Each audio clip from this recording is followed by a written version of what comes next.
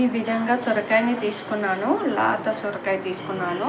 ఇది peel off చేసుకొని ఇలా తురుముకున్నాను. దీంతో నెయ్యి వేసి సొరకాయ తురుమును వేయించుకున్నాను. అదేవిధంగా కొంచెం సేమియా వేసాను. కొంచెం సేమియా అంటే 2 టేబుల్ స్పూన్ సేమియా వేసాను. రెండు కలిపి వేయించుకున్నాను అండి. ఇందులో పాలు కాగినాయండి. పాలు కాగినవి ఇందులో వేస్తున్నాను చూడండి. ఇవి ఇలాచీను జీడిపప్పులు గ్రైండ్ చేసుకున్నాం. కోవా